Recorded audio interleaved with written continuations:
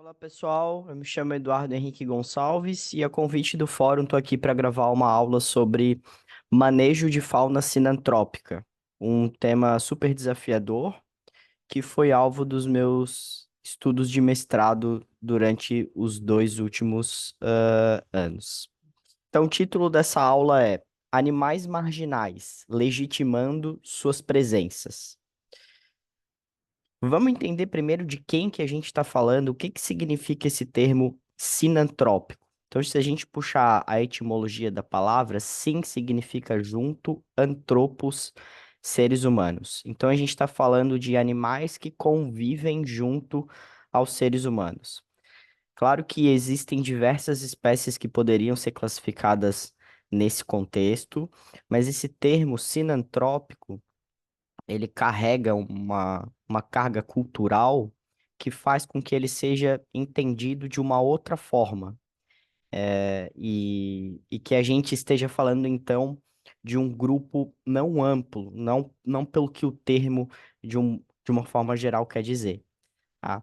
A gente está falando daqueles animais, então, que o IBAMA, pela Instrução Normativa 141, classifica como nocivos, né?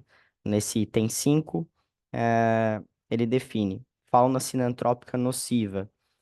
São aqueles animais que interagem de forma negativa com a população humana, causando-lhes transtornos de ordem econômica, ambiental ou que represente riscos à saúde pública.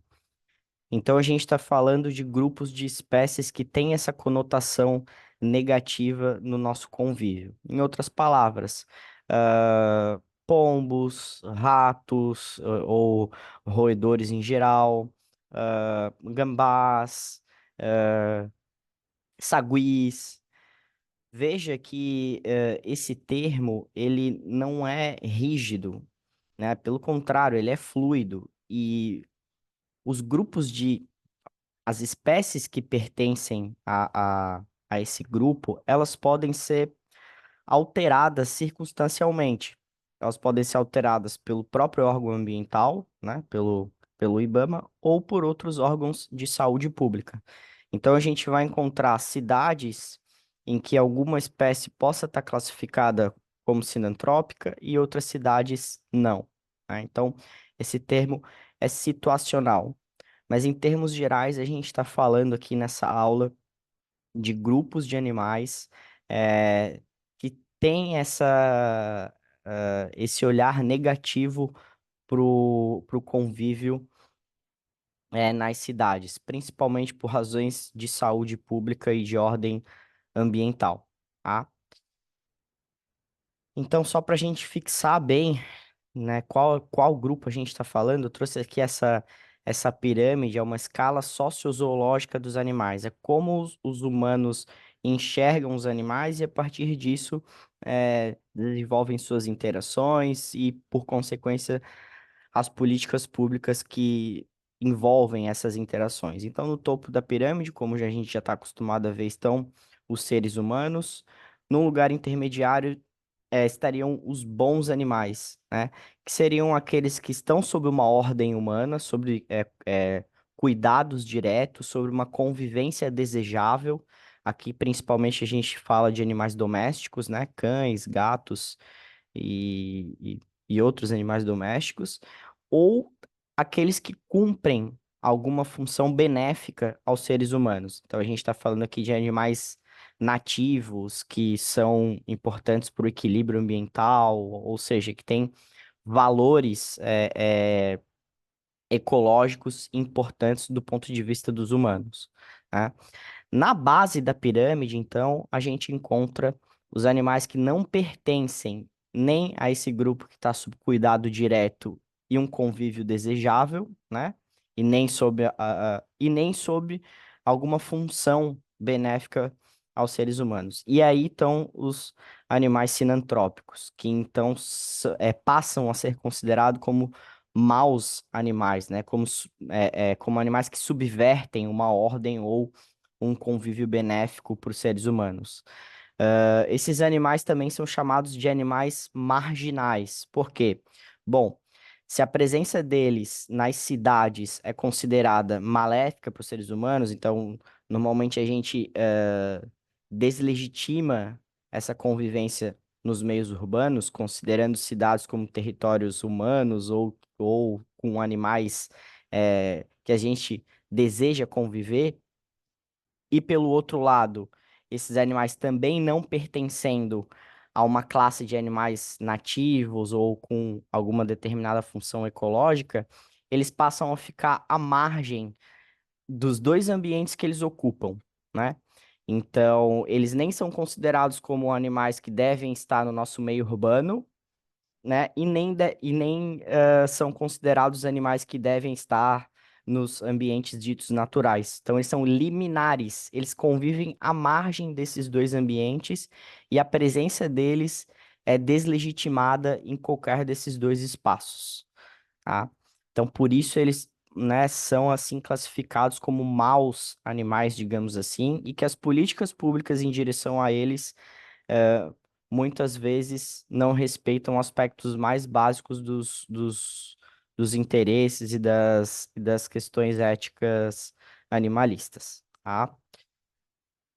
Então, o que a gente encontra nas cidades é uma gama de espécies, são zonas que são redutos de diversos indivíduos, né? Alguns indivíduos com uma convivência um pouco mais positiva para os humanos, principalmente aqueles, né, naquela faixa intermediária dos bons animais. Esses são bem-vindos, ou no mínimo a gente olha é, uma, uma proximidade mais positiva, ou a gente aceita que eles convivam em espaços próximos. Em compensação, existem outras espécies, outros indivíduos que não são tão bem-vindos assim, que em geral a gente elabora políticas de extermínio ou que afetam diretamente o seu bem-estar. Então, as cidades são redutos desses dois grupos de espécies e as políticas que a gente desenvolve são muito diferentes em função da consideração que a gente tem, né, distinta dessas espécies. Então, eu trouxe, só para a gente ter como exemplo, embora, por exemplo, cães e gatos, como eu havia falado no primeiro slide, em algum momento, em alguma circunstância, a gente possa considerar como animais sinantrópicos, a evolução da consideração moral desses animais hoje não permite que a gente elabore políticas públicas que não considerem completamente o interesse desses animais. Então, no lugar de políticas que já existiram, como extermínio, né, captura e extermínio de cães, por exemplo, até 2005 acontecia em algumas cidades, né, como Curitiba, né? A evolução da consideração moral dessas espécies hoje não permite que essas políticas sejam aceitas. Então, a gente criou alternativas mais éticas que respeitam os interesses mais básicos desses animais também. Então, no lugar de políticas de extermínio, hoje a gente trabalha com questões né, do programa cão comunitário, programas de castração, né? Então, o controle populacional e essa convivência é pensada de uma forma também a atender os interesses mais básicos desses animais. Como já havia dito também, o mesmo acontece com aqueles animais que cumprem alguma função, no caso, uma função valorizada ambientalmente, uma função ecológica que a gente considera importante, que os humanos consideram importante. Então, eu trouxe o exemplo aqui. Florianópolis está reservando um espaço dentro da cidade para que o bugio ruivo seja reintroduzido e passe a viver naquele meio urbano, né? Embora não seja, obviamente, num meio urbano característico, esses espaços preservados é uma forma da gente, digamos, proteger o abrigo para os indivíduos dessa espécie, né? Então a gente planeja as cidades de forma que esses animais com funções ecológicas também possam se manter, né? Diferente do que acontece, por exemplo, com os animais sinantrópicos, que em geral a gente quer expulsar, a gente quer deslegitimar a presença deles. Razão, então, pelo qual eu coloquei aquele título, né? Animais marginais. Então a gente tem que legitimar a presença deles também, entender que eles fazem parte do ambiente urbano isso deve ser respeitado, né? Então, só para a gente fechar essa primeira parte, animais marginais costumam estar à margem da consideração e logo ausentes de políticas públicas que levem em conta os seus interesses, né? Há uma confusão entre, entre políticas públicas ambientalistas e animalistas. Acho que ficou bem claro esse ponto ao longo da minha fala, né? Quando a gente fala de animais sinantrópicos, são animais que, em geral, não são valorizados por cumprirem alguma função ecológica. Pelo contrário, eles são considerados nocivos a uma ordem ambiental pré-estabelecida. Então, a gente acreditar que políticas ambientalistas nas cidades incluem todas as espécies, a gente tá indo por um caminho que não é a realidade. Então, o grande desafio para esse grupo de espécies são criações de políticas animalistas urbanas que incluam também os animais sinantrópicos e os desloquem da margem dessa consideração. Claro que a gente precisa trabalhar com a realidade, essas políticas, para que elas sejam aceitas e para que elas sejam efetivas, elas não podem também desconsiderar os interesses humanos. É utópico pensar que a gente vai criar uma política animalista, envolvendo os animais sinantrópicos que não respeitem minimamente os interesses humanos, né? Então, a gente precisa ser criativo a ponto de pensar em políticas que sejam positivas ou, no mínimo, neutras também para os humanos. Então, a gente pode pensar, por exemplo, em políticas de saúde pública, não de forma a exterminar, eliminar os animais, mas, quem sabe, políticas de vacinação, políticas de manter a saúde desses animais plena para que eles fiquem menos vulneráveis a doenças e, assim, com menor possibilidade de transmissão, né? Criar políticas de conscientização sobre o contato com esses animais, como que deve acontecer, se deve acontecer, né? Tudo isso deve ser levado em conta. Para a gente, então, atingir esse lugar de, em vez de pensar em cidades oligoespecíficas, ou seja, como ambientes urbanos, como territórios humanos ou com algumas espécies que a gente deseja conviver, a gente passe a pensar em cidades multiespecíficas, com todas as espécies, incluindo as sinantrópicas, eh, a estarem nesse tipo de ambiente. Bom, vamos então aplicar essas ideias da primeira parte, no caso prático, né, com os pombos, né, que é uma espécie que é considerada sinantrópica nociva pelo IBAMA. Em geral, está envolvido com interações negativas com seres humanos nas cidades, são considerados pragas, né, urbanas, e a gente cria políticas que deslegitima a presença desses animais nas cidades, né? Como então a gente pode caminhar em direção a um manejo mais ético com esses animais, né? Claro que isso vai variar de espécie para espécie, de hábitos ecológicos, que tipo de conflito está envolvido na convivência com os seres humanos nas cidades. Mas com os pombos a gente pode avançar um pouquinho com o conhecimento que a gente já tem. Então, são animais que foram domesticados há 5.000 anos, é, por diversos fatores, eram animais explorados para alimentação, são animais de laboratório, embora menos convencionais ainda, são utilizados em pesquisas, são utilizados em competições esportivas, né, de corridas de pombo-correio. A criação desses animais tinha um certo status antigamente, né, aves com cores e penas diferentes, representava status social antigamente, eram utilizados como também mensageiros e são ainda símbolos religiosos, né? Então, né, todos esses fatores colocam esses animais com interações diretas com, com seres humanos, né? Interações de exploração, um pouco de cuidado, que foi mudando ao longo dos anos. principalmente nos últimos 200 anos, quando esses animais foram sendo abandonados, essas utilidades, essas formas de exploração foram sendo abandonadas, substituídas, e esses animais começaram a se estabelecer nas cidades, né?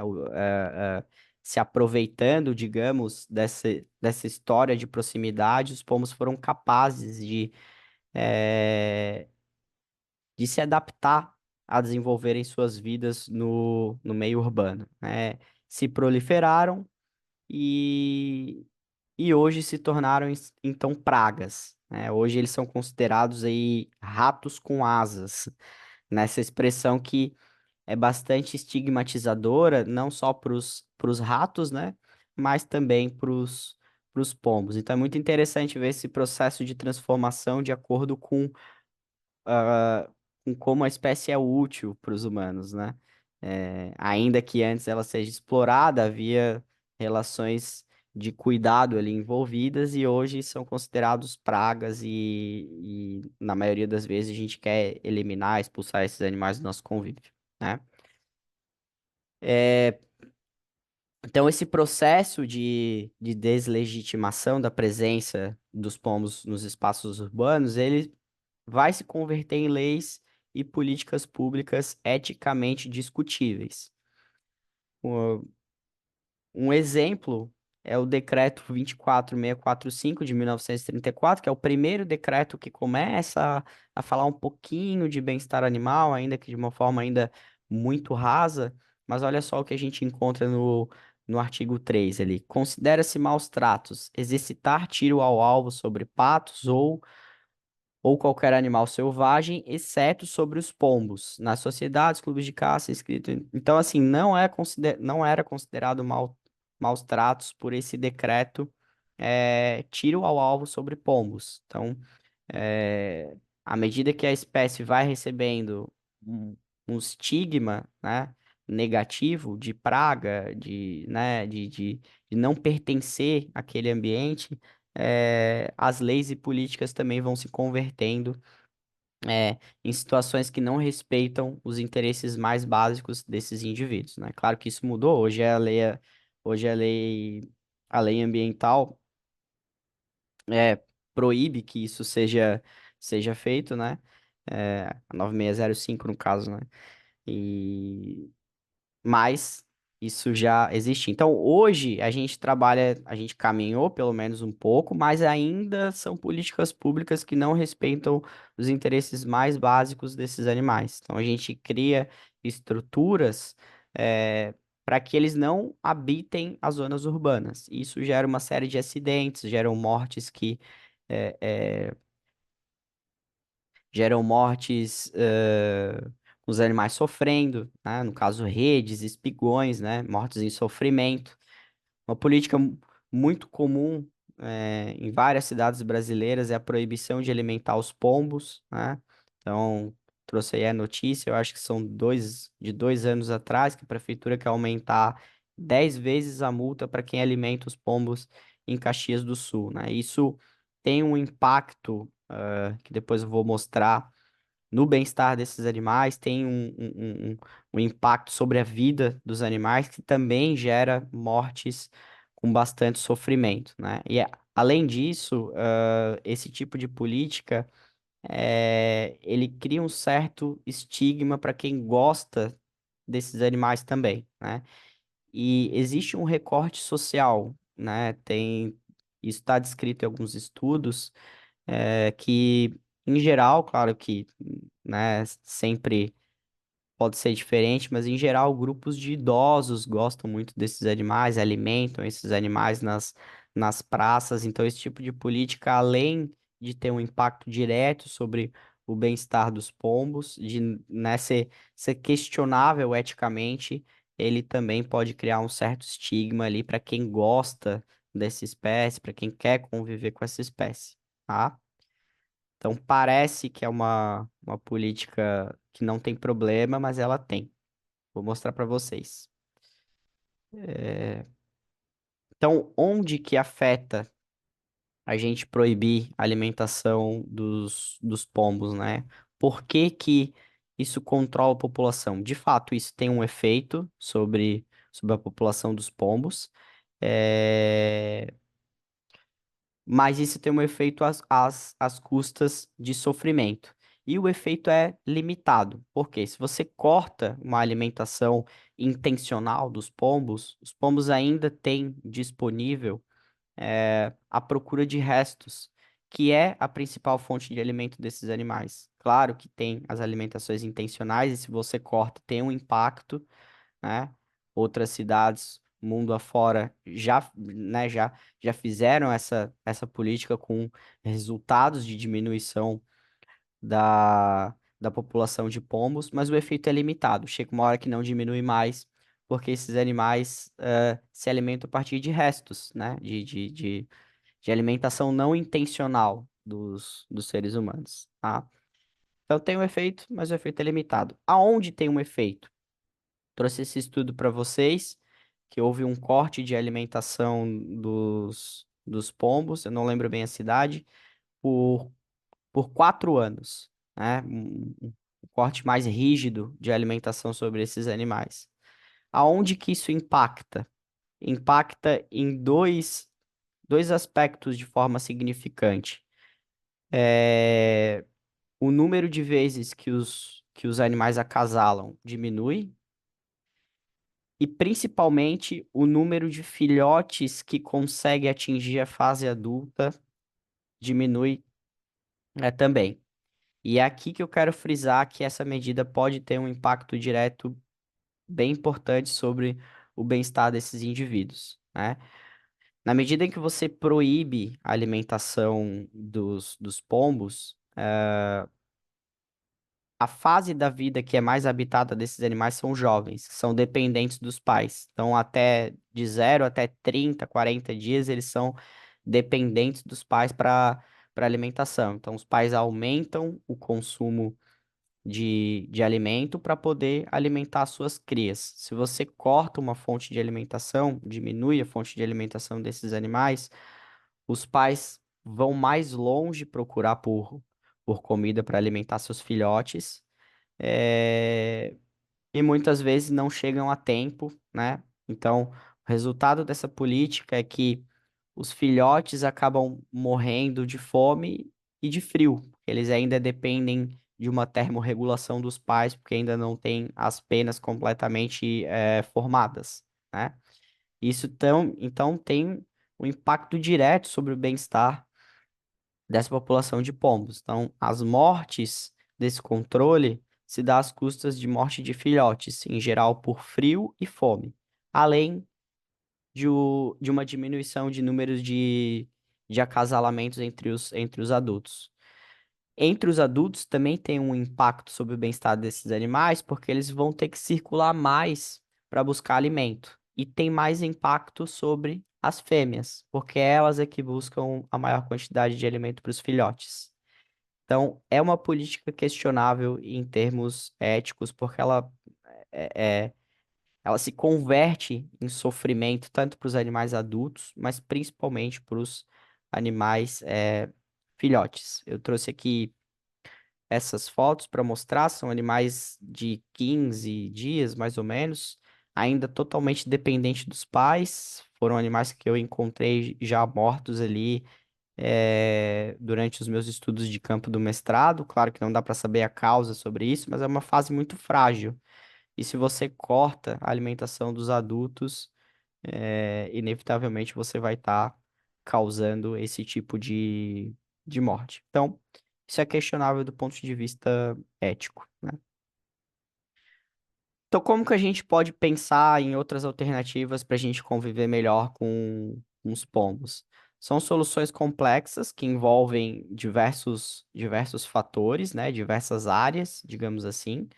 É, Mas existem testes bastante promissores que a gente pode caminhar, que a gente pode trabalhar para um manejo mais ético. Trouxe esse aqui, que é uma política pública de uma cidade da Alemanha, é, que, que propõe o desenvolvimento de pombais públicos, de locais públicos de abrigo de pombos, né? Mais ou menos como a gente faz o manejo hoje de cães e gatos, né?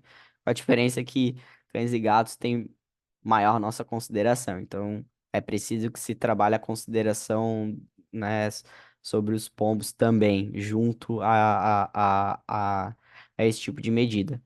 A vantagem dessas situações, bom, aqui, primeiro, você consegue controlar a alimentação desses animais.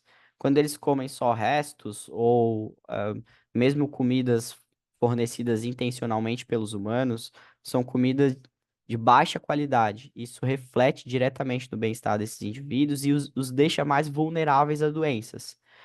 Se eles estão mais vulneráveis a doenças, uma vez que eles estão desnutridos, né, ou não com todos os nutrientes necessários, eles são mais suscetíveis, então, ao convívio com os humanos, animais doentes, né, no convívio com os humanos. Embora a transmissão de doença por pombo seja muito rara, isso aumenta a chance se o animal não tiver bem nutrido, né? Então, nesses espaços, você poderia controlar com uma alimentação um pouco mais adequada e você poderia controlar populacionalmente pela retirada de ovos. Esses animais, quando eles têm um local de ninho, ele é fixo, então eles voltam sempre para o mesmo espaço e convivem bem entre eles.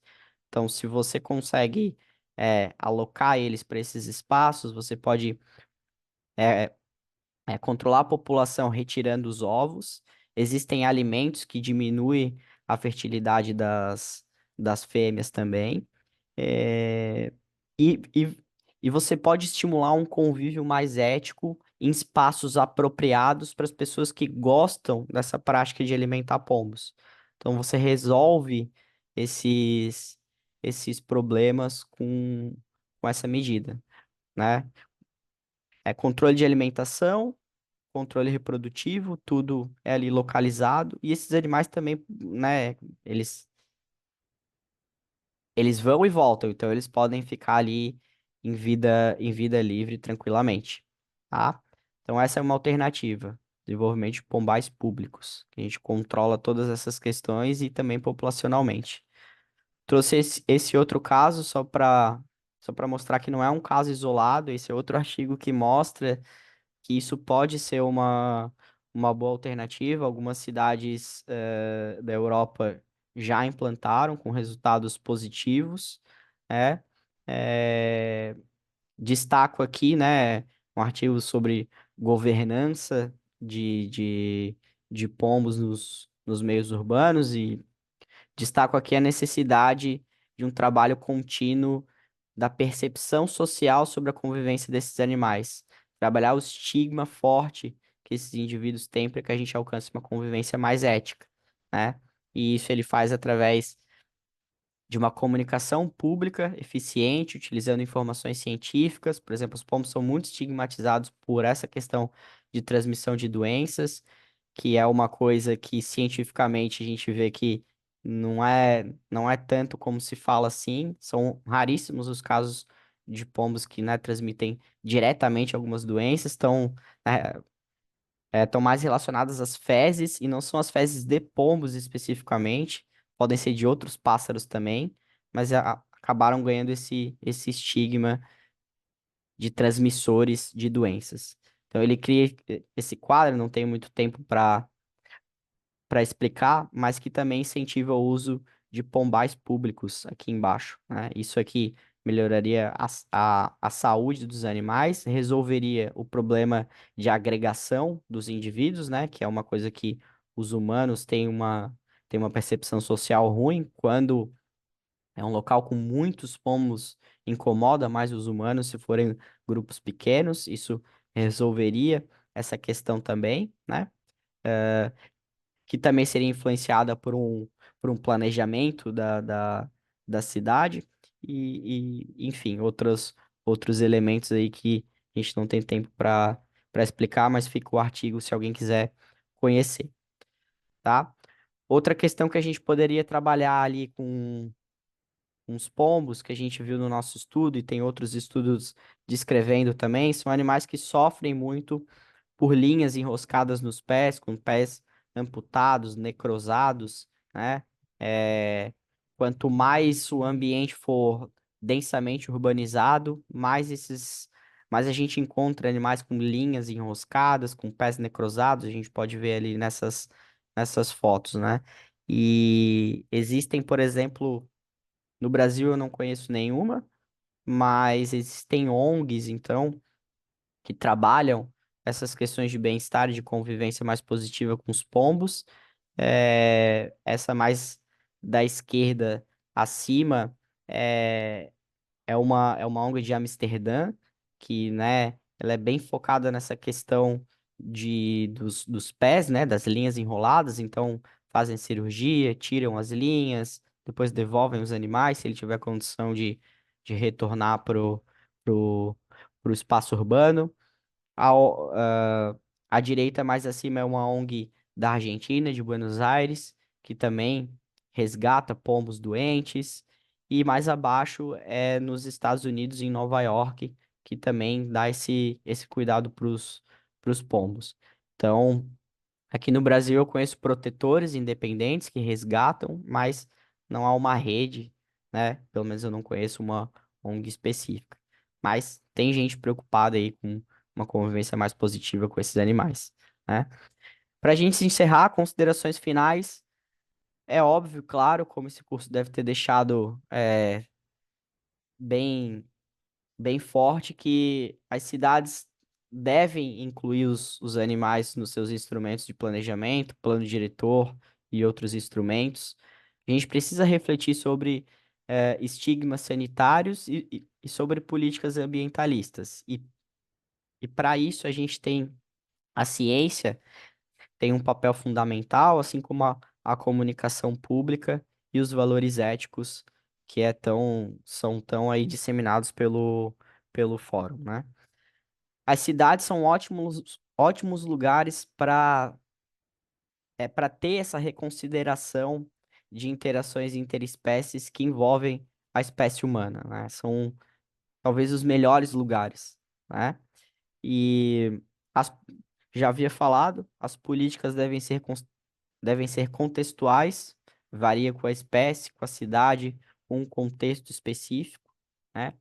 E sobre os pombos especificamente, a gente já tem conhecimento sobre a ecologia desses animais, sobre o quanto eles sofrem nas cidades, o que eles mais sofrem nas cidades, que permite o avanço de políticas públicas mais éticas que envolvem essa espécie.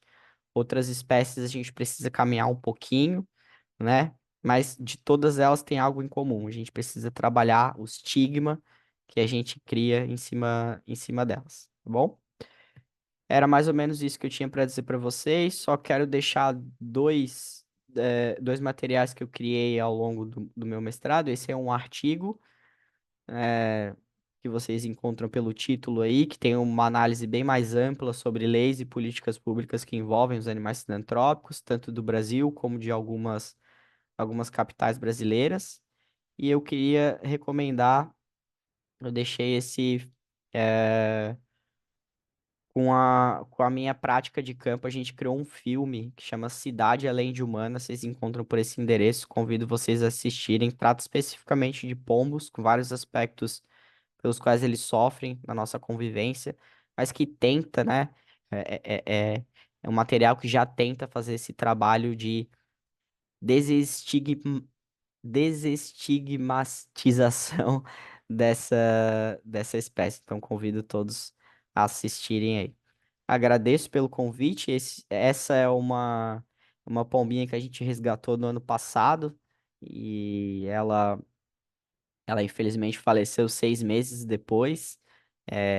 Ela ganhou vida livre, enfim. E ela voltava todos os dias aqui para casa. A gente dava de comer para ela e ela voltava todos os dias aqui, descansava algumas horas e depois ela tomava o rumo da vida dela, no outro dia voltava de novo. E depois de 6 meses ela ficou doente e ela voltou para ser cuidada aqui por nós, né? Voltou pro lugarzinho onde ela ficava. Parecia que ela queria ali ser pedindo socorro. Infelizmente a gente não conseguiu prolongar a vida dela. Mas Assim vivem diversos pombos aí no nosso meio. Se a gente sair da nossa casa, a gente tem sempre a oportunidade de fazer algo pelos animais, né? É isso. Agradeço ao Fórum pelo convite novamente e estou à disposição através desses endereços. Muito obrigado.